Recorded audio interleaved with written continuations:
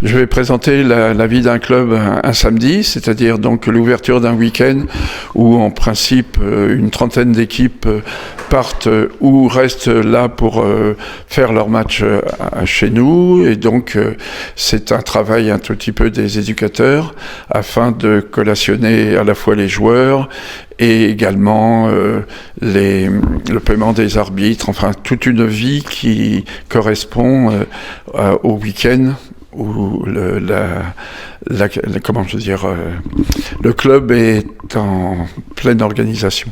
Combien de matchs aujourd'hui il y aura ce samedi? Alors, je pense que il doit en avoir à peu près une trentaine, et dont à peu près 15 extérieurs et 15 à domicile. De quel âge à quel âge? Ah, là, ça concerne surtout ceux qui sont en forme de championnat, c'est-à-dire à partir de 12 ans. 12, 13, 14, 15 et ça va jusqu'aux seniors qui jouent dimanche à 14h30 ici. Voilà. Donc vous êtes le président depuis oui. 2010. C'est ça. Vous pouvez expliquer votre parcours justement? Oui. Alors le parcours, si vous voulez, c'est que j'étais même un petit peu avant grâce ou à cause de mon fils, donc qui avait 6 ans lorsqu'il est rentré donc en 2001, et donc j'ai suivi le cursus classique, c'est-à-dire j'ai aidé des éducateurs qui concernait mon fils. Je suis resté 3-4 ans et à un moment donné, si vous voulez, on m'a demandé, certains cadres qui étaient déjà dans la structure m'ont demandé si je voulais être président, et donc j'ai été élu, et ça c'était donc en 2010, et donc maintenant c'est ma 13e année, j'en suis très content.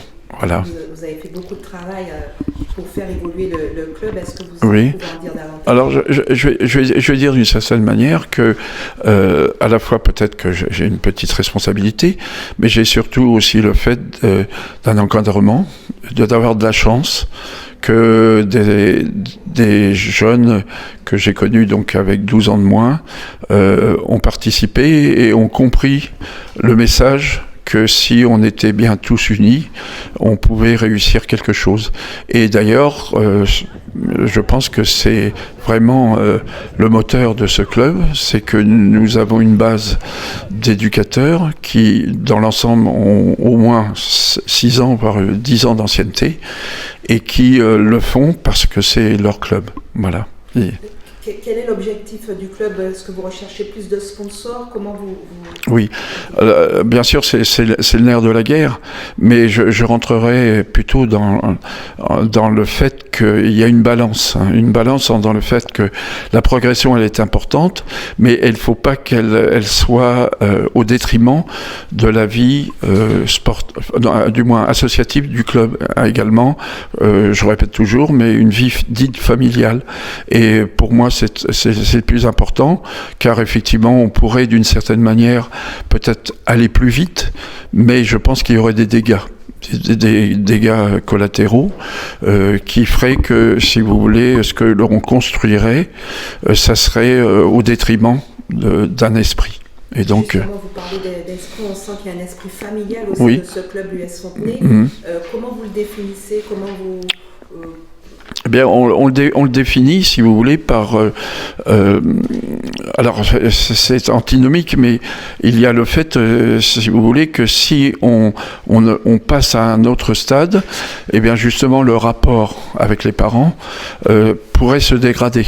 Parce qu'à ce moment-là, on serait plus autoritaire. Et donc l'autorité, quelquefois, elle est négative. Donc je souhaite à la fois toujours avoir un dialogue, et c'est pour ça que, peut-être que ça se fait dans d'autres clubs, mais en septembre-octobre, lorsqu'il y a des débuts de saison, chaque catégorie des parents, c'est-à-dire souvent 50 ou 60 parents, sont réunis par nous, afin de leur proposer notre projet, quoi, voilà, par rapport à l'année d'âge de leurs enfants. Et donc, ils se souviennent souvent de cette réunion, et ça nous permet de donner nos objectifs à tous les niveaux aux parents. Donc les parents sont concernés.